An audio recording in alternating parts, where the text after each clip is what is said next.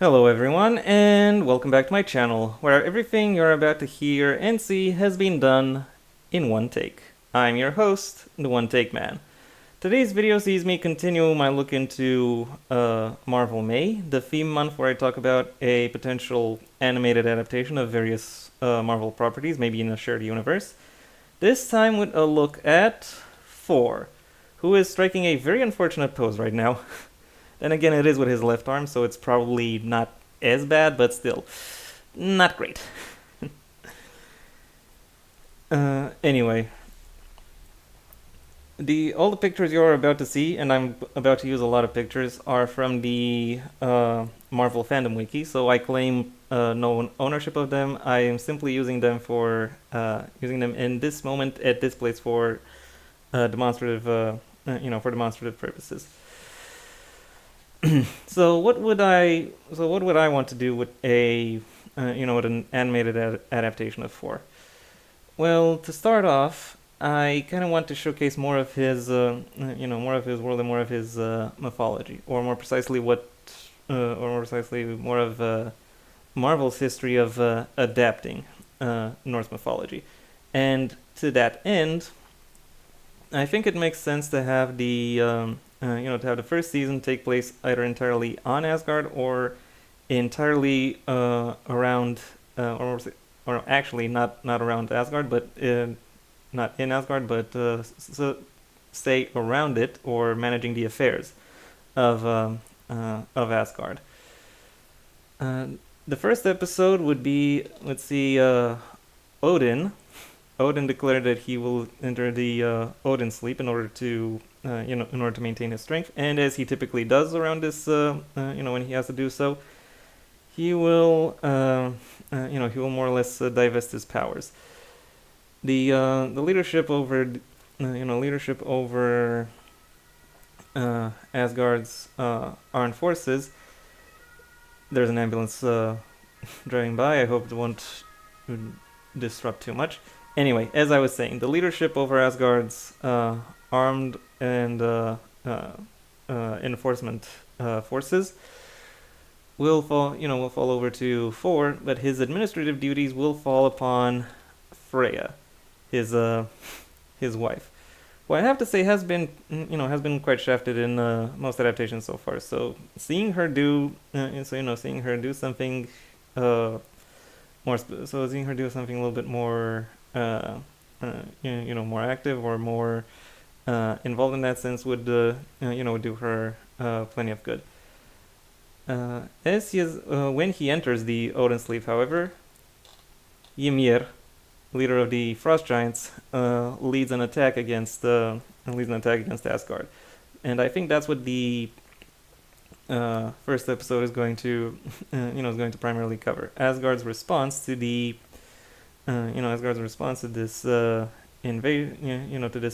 invasion. And I'm thinking that it might make a little bit more sense if Ymir doesn't attack simply with frost giants, but they make up the bulk of his forces. There might be creatures outside of frost giants who will who would be part of his attack, and that might serve as a matter of concern for Asgard and for Freya in particular, which in turn would prompt her to tell Thor to go out and figure out what's going on. And Thor wouldn't go out on his own because, as powerful as he may be, as one single figure, he can still be overwhelmed, surprised, etc. And to that end, he assembles a team. I'm not precisely sure who that team will be, but I know there are 3 people who absolutely have to be there. First up, Lady Sif, his on again, off again squeeze, who he has quite a bit of fondness for, both as both in battle and in other affairs. Next up is Balder, the heir apparent, the charismatic prince who, the guy everyone likes, and the guy who has, who's quite likely to be, who can face off against and the guy who can't be killed by anything because reasons. Maybe this show will go into that. And the third character to consider is Loki, who, yeah, looks very shady in this photo, but keep in mind Loki is the god of mischief. He is a wild card, and as such, it is someone who I think Thor would consider very much important enough to have to have beside him. And with this team in place, Thor will travel. Thor and the rest of them will travel throughout the we'll travel throughout Yggdrasil, throughout the 8 realms. I'm leaving Midgard out for now. Um, and and they encounter a whole bunch of various villains, various threats, and also start asking around. I'm not exactly sure what the attitude of the of Marvel Comics version of Asgard is towards the towards the other realms.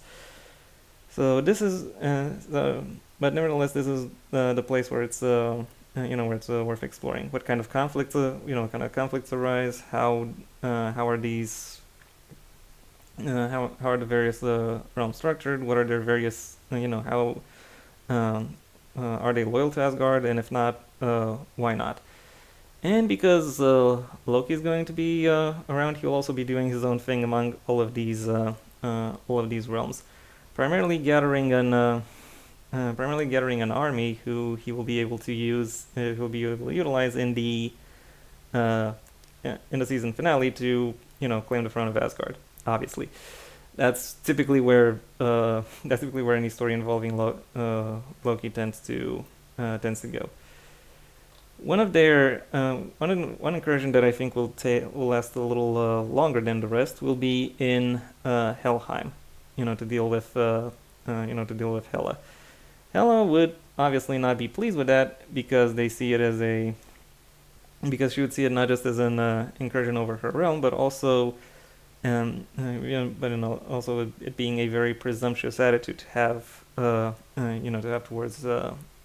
towards her.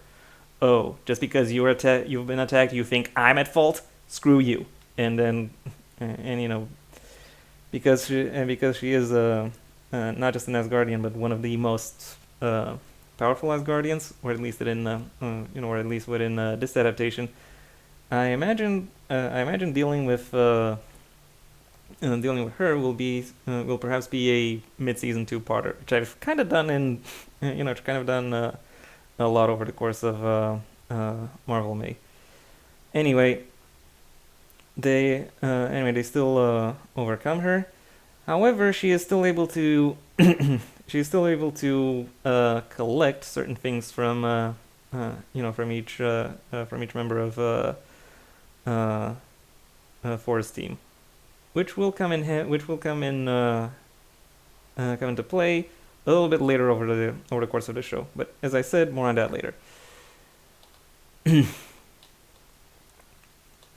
And anyway, we go through all of that, exploring all the 9 realms, and then once the team comes back to Earth, no, not back to Earth, back to Asgard, Loki finds a way to trick or trap Thor out of it, and then also call up his armies in order to call up the armies or the various groups which he has carved an alliance with in order to attack Asgard. The resistance would be led by Lady Freya because, given this was her profile, given this was the maybe not her profile picture, but her, but the main picture of her, of her in the Marvel Wiki, not having her fight at all would be a little bit of a waste. So I want to give her, I want to give her that as well. Still, I imagine she would maybe put up a good fight, but not exactly win. So Odin would still be vulnerable because this is still in the this is still this whole part of the this whole season still takes part while he is in the while he is under the Odin sleep, and Loki would very much utilize this utilize this opportunity in order to come as close as possible to gaining power. Before he is able to do so, however, Heimdall finds Thor and is able to bring him back in, and is able to bring him into Asgard while also locking everything else behind him. So so they can join the battle. And with their intervention, the tide the tide turns somewhat to the point where the good guys win. Another ambulance. Oh no, this is a fire truck. Okay. No, it's several fire trucks. Yeah. Seriously, spring has barely begun and you're already catching fire. Oh well, it's good for my voice. I can rest it a little. Okay, moving ahead. As I was saying, Heimdall lets Thor into Asgard, locks everything out, and then with Thor and Heimdall, the good guys get a second wind and are able to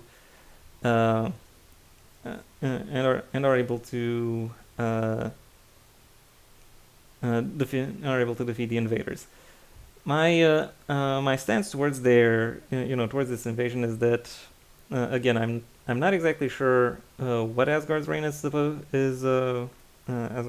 Asgard's reign over the over the various realms is felt, but I imagine they would be generally benevolent if a little bit flawed, and Loki would be able to grasp upon some of that resentment in order to recruit people to to his cause, to becoming a new leader of Asgard, someone who will be better at listening to their wishes. Unbeknownst to them, however, Loki wouldn't want Loki wouldn't want to Loki wouldn't promise them improvements. He just promises them revenge, and as soon as he has it, he can just whisk them away, more or less. So after they've subdued after they will have subdued the bulk of the Asgard forces. So therefore with Loki and his Asgardian loyalists having having subdued or defeated the rest of Asgard, he really doesn't need them anymore, so he can just send them away. But then when Thor and Heimdall come back into the fight, Loki and his loyalists do not no longer have the backing that they would have wanted. So instead, I think Loki would still try to battle against Thor, because because it's important, because he still wants the throne of Asgard, and I imagine he would lose that battle, but he wouldn't be captured. He would find a way to escape right before Odin awakes. And he gets filled in on the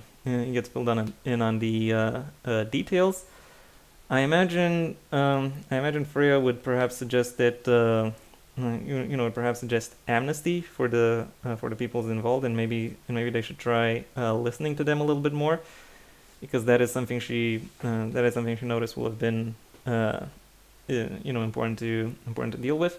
Whether or not Odin would listen is a different question. And what would concern him a little bit more is the fact that Asgard has been attacked twice under his watch, and he starts to wonder, well, why have Asgardians shown this kind of weakness? And Thor would take the blame for all on himself, because he didn't see Loki's treachery, and he wasn't a good leader. He wasn't a good listener to his people, or to his people, and by that I mean the team, and to his subjects, so to speak, that is that is those from the outer realms. And because he is able to exonerate everyone, more or less exonerate everyone from under him, Odin decides to make him an example, and therefore exiles him to Earth. Cut to cut to Earth. I'm thinking early 30s Earth, when a couple by the name of Blake welcomes their child Donald into the world. Yeah, I'm going there. Season 2 will basically revolve around Donald Blake, who is, who's portrayed very sinisterly in his, in his main picture from the fandom wiki for some reason, and I think season 2 will follow a lot of the early comics, with where Donald Blake is basically the main figure, and 4 only comes up when when it's time to fight. As for the dynamic Donald and 4 would have, I imagine it would be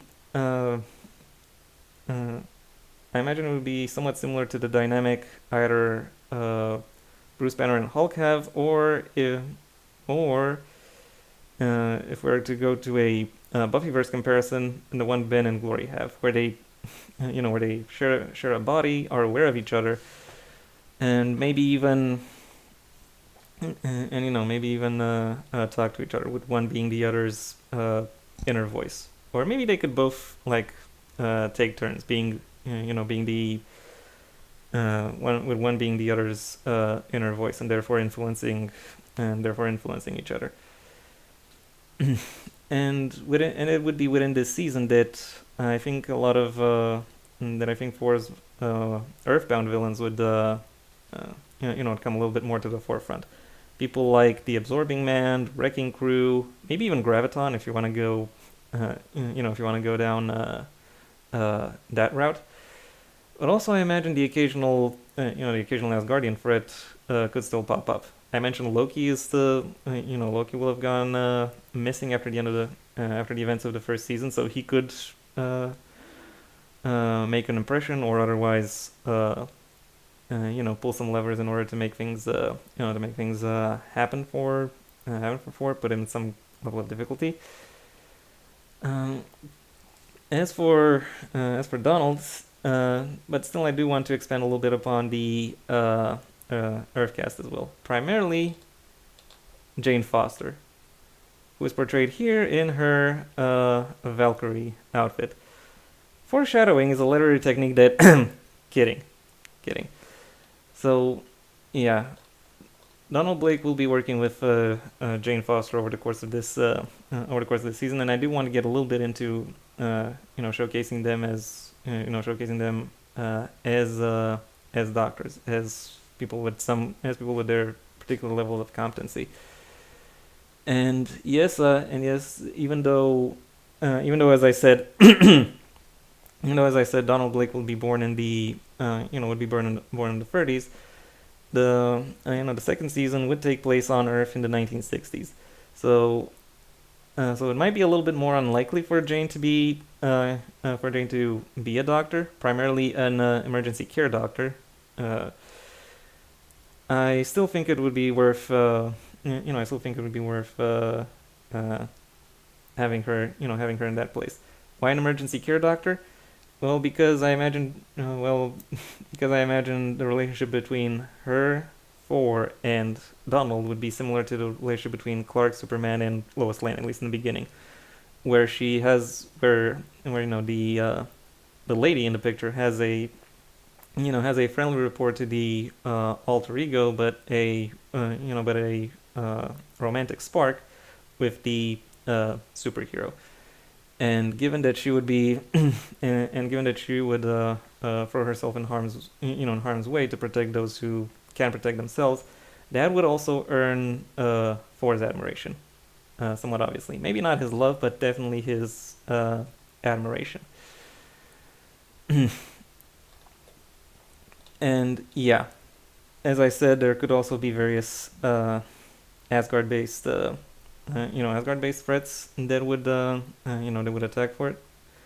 It makes sense to bring up the destroyer armor because that's been, a well-established part of, because by now this has been a well-established part of this segment of his story.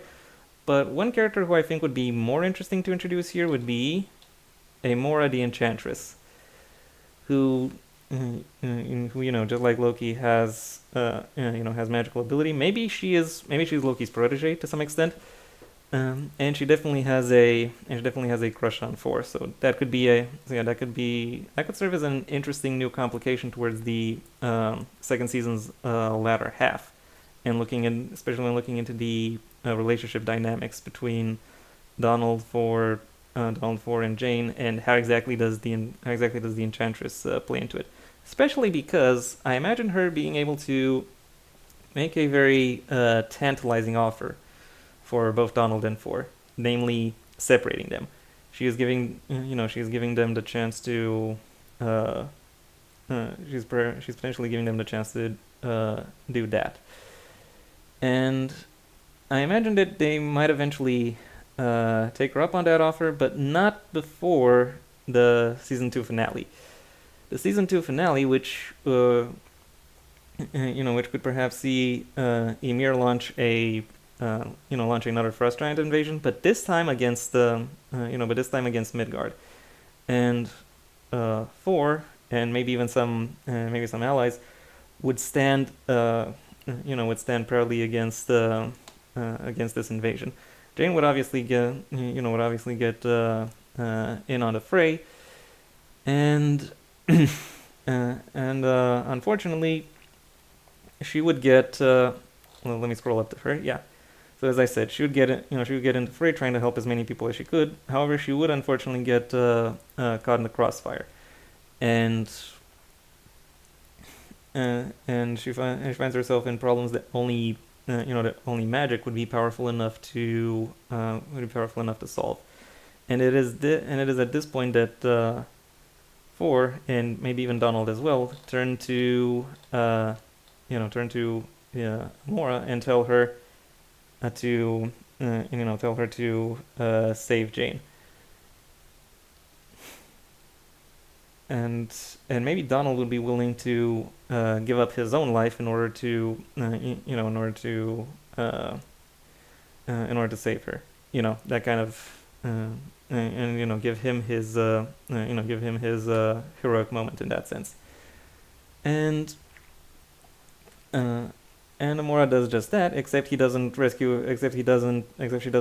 her or save her as Dr. Jane Foster. She saves her as Valkyrie, or another Valkyrie. And whether or not why she would do so, I think she would try to get one up on Thor, because the Valkyries are technically under Odin's command. So therefore in her mind, she would go. Now she's therefore make her unreachable to Thor, and therefore she should turn to him. But Thor would very much surprise her by saying, "I don't care if I can't reach her. I just want her to be, I just want to know she's safe," which is what should have pulled off. That could be, and I imagine that could potentially be a step towards her redemption. Remember when I said that Loki had, would have loyalists on Asgard? She could very much be one of them, and this could set her, this could set her or contribute to her redemption story throughout this show. And yeah, that's basically how season 2 would end, with Thor's alternate personality / prison getting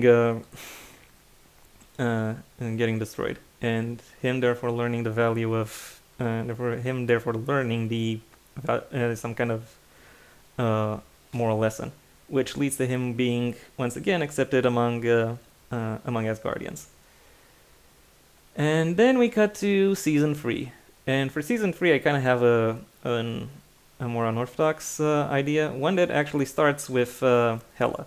Remember how I said that when Thor and his team visited her in the first season, she was able to collect some kind of item from each of them? Well, this is the point where I think she would utilize these items in order to complete a spell that she has been working on. A spell that would lead to something akin to the War of the Realms event from the comics, where she potentially manages to swap places between the Asgardian from places of the Asgardian leadership and herself and herself, therefore placing herself as the leader of Asgard and the Asgardian royal family. So that's Thor, that's Odin, that's Freya, that's most of the people I've already talked about, trapped within her realm. However, that would be that would be one consequence of the spell, but I imagine it could perhaps go a little bit deeper, in that it isn't just a reversal; it is rather a full disruption, with people from people from all realms being shuffled all around. So yeah, from that sense, it is now up. And because why would she do that? Well, because in the chaos, she is hoping for more death. She is the goddess of death, after all. And I think her utilizing this in order to. And I think she would definitely utilize this in order to gain some kind of leg up over everyone else. And therefore it is up to the Asgard crew, Odin and Thor in particular, to rise through Yggdrasil, set the realm, and set the realms in order to the highest extent that they are capable of doing so. Unbeknownst to them, however, there is another character who takes on a very similar journey, Surtur.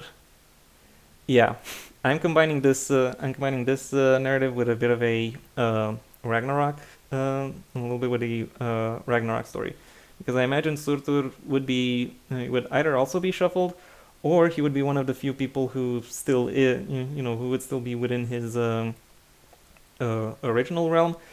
And however, when he notices the kind of crap an Asgardian has been able to pull off, he decides, down with all of them. They all should be destroyed, and he's the one who decides that he should be the one to actually do it. So he will, he would gather everyone who finds themselves within Muspelheim, within his realm of the fire giants, and then also battle his way up to Asgard. Asgard, making the aim of season 3 not necessarily or not just Hela's vanquishing, but primarily preventing Surtur from triggering the end of all existence. And yeah, that was my proposal for animated adaptation. I hope you enjoyed my suggestions. If you did, well then please like the video, maybe even share it wherever you think other people will also like the video. If there's anything you'd like to add, either to the premise of the video or my particular implementation, that's what the comment section is for. And if you want to see when my next video gets released, well then please subscribe. And ideally also ring the bell or do whatever else YouTube will ask of you in order to keep you notified. I also have a main channel where I talk about book-related and literature topics. A link to it you'll find in the description down below, right past my social media links, which I also suggest you check out should you choose to. If you want to hear more about my thoughts not related to books, then I suggest you stay on or okay, comic books. I don't know. I kind of set them aside as their own thing because I see them as being packaged separately from from regular books. So that's why I talk about. But then again, I'm not talking about comic books. I'm talking about I'm talking about animated adaptations. Anyway, as I said, that there's that channel for talks about literature, books, etc.